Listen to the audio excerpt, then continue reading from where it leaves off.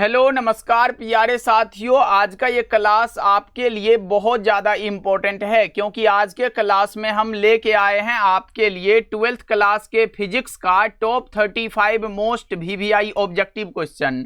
और साथियों ये सभी प्रश्न आपके एग्जाम के दृष्टिकोण से बहुत ज़्यादा इम्पोर्टेंट है, तो इस क्लास को आप लोग बिल्कुल ध्यान से देखिएगा और एक एक प्रश्नों को बहुत अच्छे से याद भी कर लीजिएगा।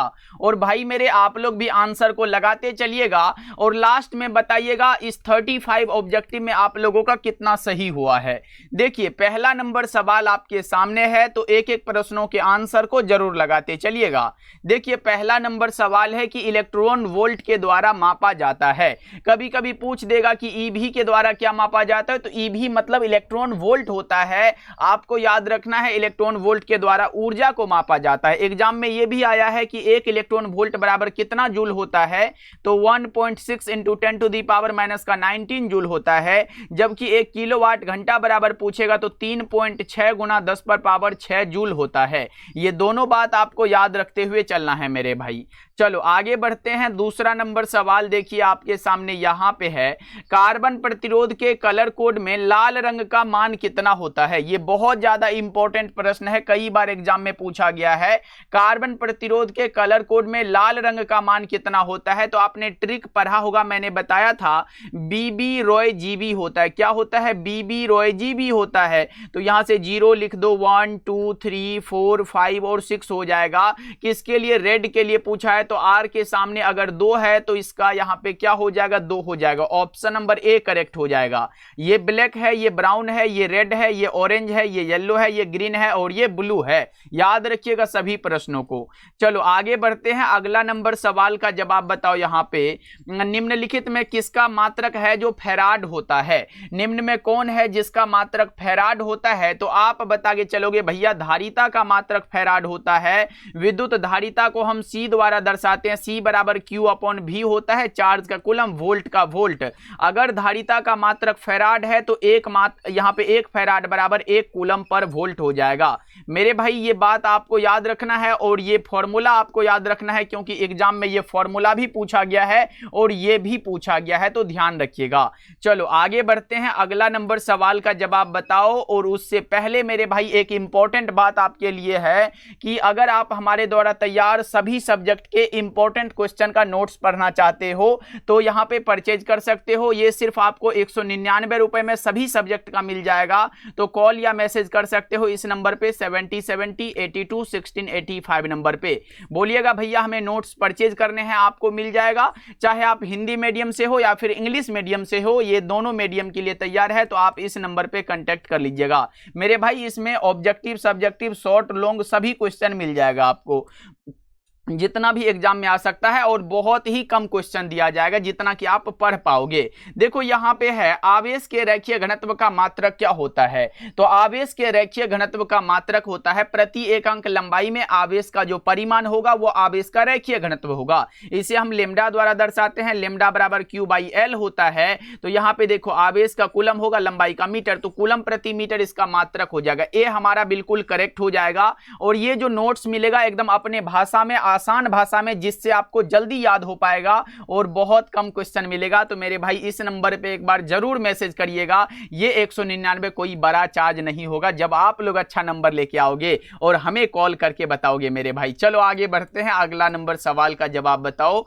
यहां पे प्रश्न है आवेश के पृष्ठ घनत्व का मात्रक क्या होता है। आवेश के पृष्ठ घनत्व को हम सिग्मा द्वारा दर्शाते हैं। सिग्मा बराबर क्यू बाई ए होता है। यहां पे आवेश का यहां पे कूलम लिख दोगे और एरिया का मीटर स्क्वायर, तो कूलम प्रति मीटर स्क्वायर जो आएगा ये इसका मात्रक हो जाएगा। ऑप्शन नंबर सी बिल्कुल करेक्ट हो जाएगा। अब बोलोगे भैया यहाँ पे तो -2 लगा हुआ है, तो भैया इसको ऊपर कर दो ना, ऐसे करोगे तो यहाँ पे इनवर्स 2 लग जाएगा। तो बस यही बात यहाँ पे लिखा गया है। ओके चलो आगे बढ़ते हैं। यहाँ पे मैं आयतन घनत्व का भी मात्रक बता दूं। ये आयतन घनत्व का मात्रक है, ये बात आप लोग याद रख लो, ये आयतन घनत्व का मात्रक हो जाता है। ओके चलो आगे बढ़ते हैं। अगला बता के चलो। अगला प्रश्न क्या है आपके सामने, आवेश के आयतन घनत्व का मात्रक क्या होता है। लो आपके सामने प्रश्न बन गया, अब बता के चलो। तो मैंने बताया इसे हम रो द्वारा दर्शाते हैं। रो बराबर क्या होता है, क्यू बटा में भी होता है। यहाँ पे आवेश का कूलम होगा और वॉल्यूम यानी कि आयतन का मीटर क्यूब हो जाएगा। तो इसको आप ऐसे भी लिख सकते हो ना। तो बता दो कौन सा ऑप्शन हो जाएगा। तो यहाँ पे आपका सही जवाब जो होगा ना वो ऑप्शन नंबर डी बिल्कुल करेक्ट हो जाएगा। समझ में आ रहा है मेरे भाई। तो एक बार क्लास को सभी साथी लाइक वाइक कर दिया करो मेरे भाई, आप लोग भूल जाते हो, जल्दी से पहले लाइक करो क्लास को। चलो आगे बढ़ते हैं, अगला नंबर सवाल का जवाब बताओ। एकदम चुन चुन कर लाए हैं, टॉप प्रश्न है। देखो निर्वात का पराविद्युत स्थिरांक कितना होता है बताओ। निर्वात का पराविद्युत स्थिरांक जो होता है भैया वो 1 होता है। 7 का right answer option number A हो जाएगा। सबसे आसान है, आप लोग कमेंट करके बताइएगा पानी का कितना होता है।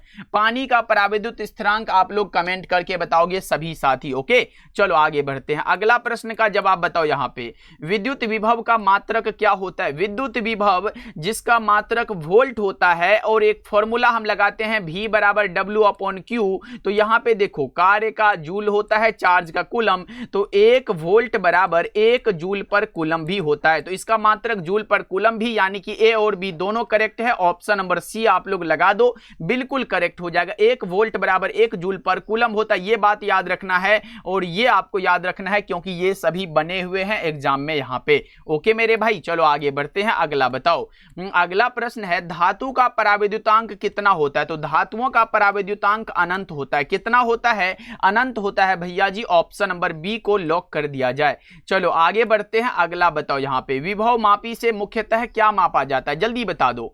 विभव मापी से क्या मापा जाता है, तो विभवांतर को मापा जाता है। सही जवाब आपका सी होगा।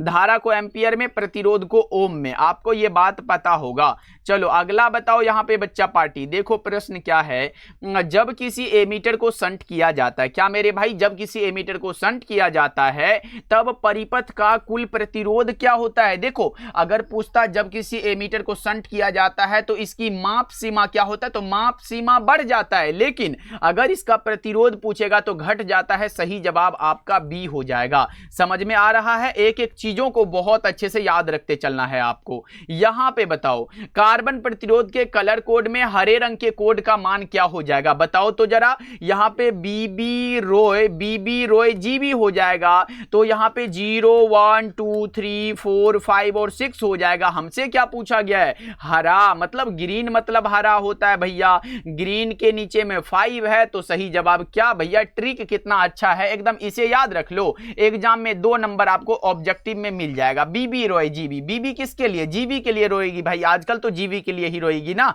चलो अगला बताओ। यहाँ पे प्रश्न क्या है, विद्युत वाहक बल की क्या इकाई है। यहाँ पे इलेक्ट्रोमोटिव फोर्स का यूनिट पूछा गया है, आप बता के चलिएगा। वोल्ट होता है भैया, क्या होता है, वोल्ट होता है। सी ऑप्शन करेक्ट हो जाएगा। चलो अगला प्रश्न देखो आपके सामने आ चुका है। यहां पे है परिपथ का वह गुण जो विद्युतीय ऊर्जा को ताप में बदलता है वो क्या कहलाता है। परिपथ का वह गुण जो विद्युतीय ऊर्जा को ताप में बदलता है भैया वो क्या कहलाता है, तो वो कहलाता है प्रतिरोध। ऑप्शन नंबर ए हमारा करेक्ट हो जाएगा। समझ में आ रहा है। अच्छा प्रतिरोध का अगर मैं मात्रक बताऊं तो क्या याद रखोगे, ओम होता है। अच्छा एक चीज और याद रख सकते हो, क्या याद रखोगे मेरे भाई, क्या याद रखोगे, आर बराबर भी बटा में आई होता है। विद्युत विभव का अगर विमीय सूत्र क्या होता है, ML2 T इनवर्स 3 और A इनवर्स ये विद्युत विभव का है, बटा में धारा है तो एम्पियर लिख दोगे।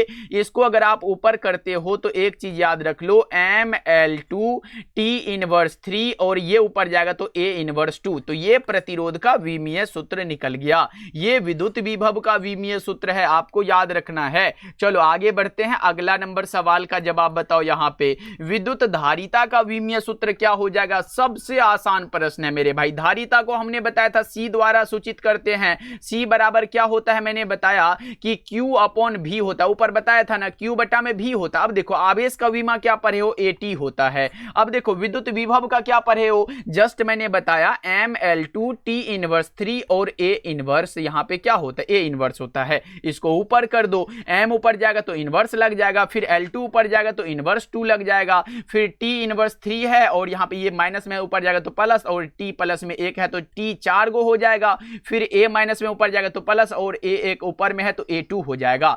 m inverse l inverse 2t4 a2 क्या हो जाएगा बच्चा पार्टी? ऑप्शन नंबर सी लगा दो, बिल्कुल सही है। समझ में आ रहा है कि नहीं आ रहा है, बता दो। आ रहा है ना भैया, बहुत अच्छे मेरे भाई। चलो आगे बढ़ते हैं। ये यहाँ पे देखो विद्युत विभव का ये हो जाता है, ये यहाँ पे विद्युत क्षेत्र का हो जाता है, ये तो आवेश का हो जाता है। चलो आगे बढ़ते हैं। अगला प्रश्न का जवाब बताओ। विद्या आनंद बाय प्रदीप सर नहीं भैया कहो, बहुत मजा आता है। चलो आगे बढ़ते हैं। क्लास को बस आप लोग लाइक करते हुए चलो। देखो एम्पियर घंटा किसका मात्रक हो जाएगा? एम्पियर घंटा यहाँ पे हो जाएगा आवेश का मात्रक। कैसे होगा? कैसे होगा भैया? I बराबर Q अपॉन T होता है। Q निकालना है तो Q बराबर यहाँ पे I इंटू टी हो जाएगा। I मतलब धारा, एम्पियर हो जाएगा, इंटू में टाइम मतलब यहाँ पे किस आप घंटा में लिखो, समय में लिखो, सेकंड में लिखो, तो आप एम्पियर घंटा किसका कहोगे भैया? ये तो Q का मात्रक है। Q मतलब आवेश। ऑप्शन नंबर क्या होगा? ए हो जाएगा। चलो अगला बताओ। यहाँ पे मात्र 35 क्वेश्चन को करेंगे और ये वही टॉप क्वेश्चन है जहां से बार बार पूछे गए प्रश्न है आपके एग्जाम में। देखो यहाँ पे पृथ्वी के चुंबकीय ध्रुव पर नमन कोण का मान कितना होगा? 90 डिग्री हो जाएगा। विषुवत रेखा पर नमन कोण का मान यहाँ पे 0 डिग्री होता है मेरे भाई। चलो बताओ। यहाँ पे प्रश्न है, यहाँ पे है विद्युत चुंबकीय प्रेरण की घटना के आविष्कारक कौन थे? विद्युत चुंबकीय प्रेरण की घटना के आविष्कारक अगर आप बता के चल रहे हो तो वो है हमारे फैराडे साहब। कौन है बच्चों? फैराडे साहब है, याद रखिएगा।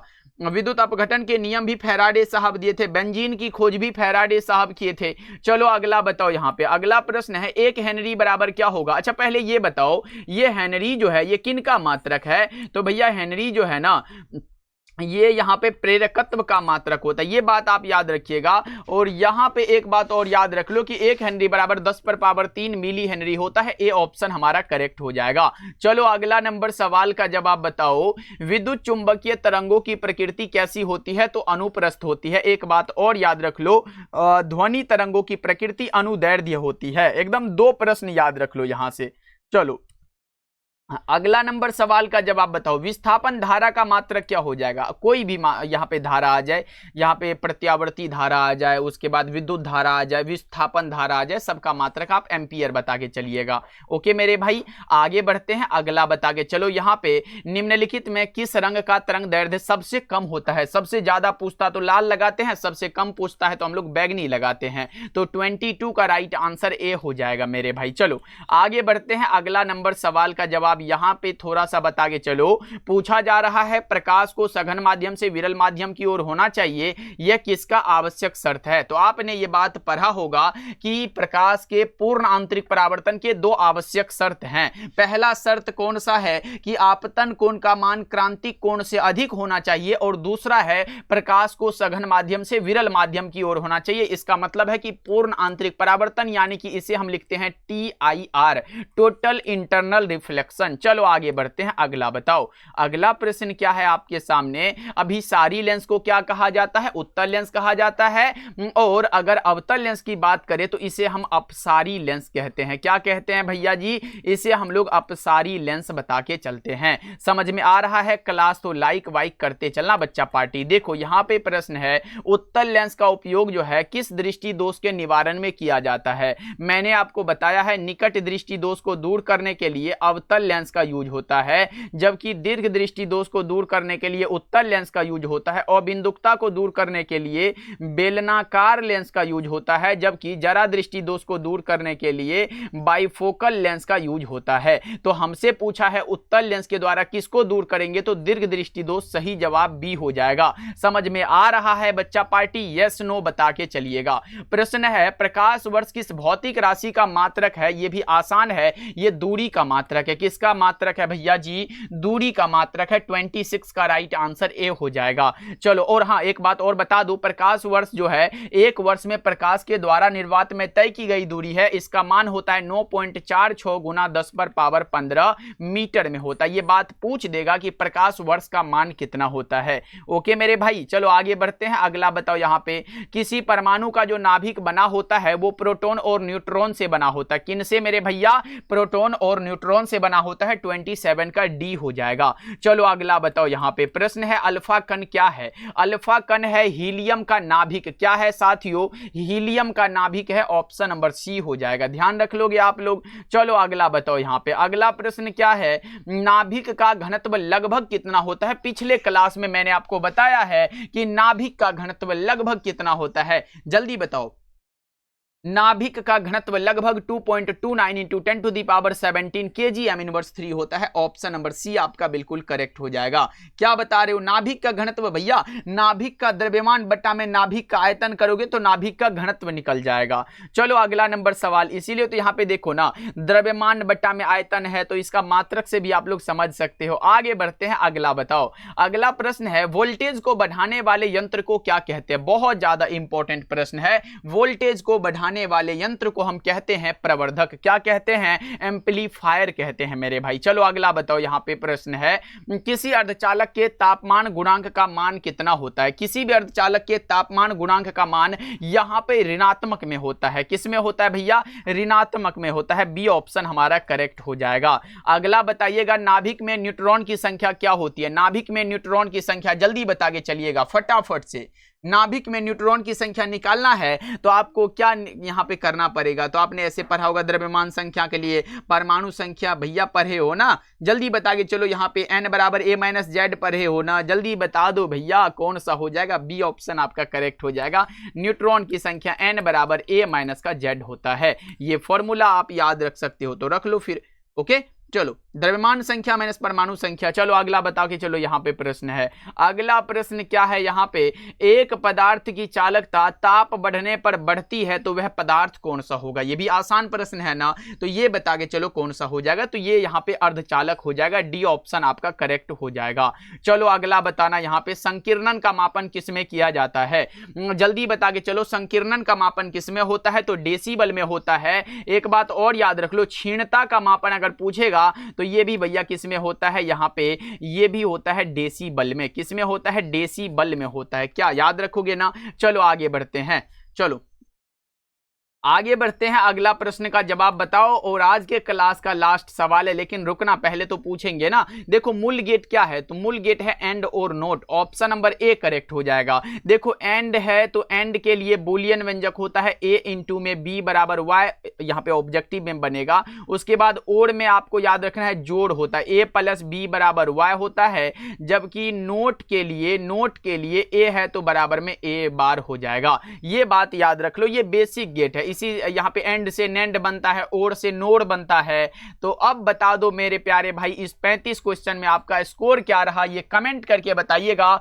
और आज का क्लास आपको कैसा लगा ये भी कमेंट करके बताइएगा। और हाँ मेरे भाई, वो यहां पे 199 वाला ये नोट्स जरूर परचेज कर लीजिएगा, क्योंकि ये हमारी गारंटी है कि एग्जाम में इसके बाहर नहीं आता है, क्योंकि इसमें सिर्फ आपको इंपॉर्टेंट क्वेश्चन और आसान भाषा में लिखा रहेगा। अगर आप कुछ नहीं भी पढ़े हो या फिर कहीं पढ़ भी रहे हो ना, तो इस नोट्स को एक बार जरूर देख लीजिएगा मेरे भाई।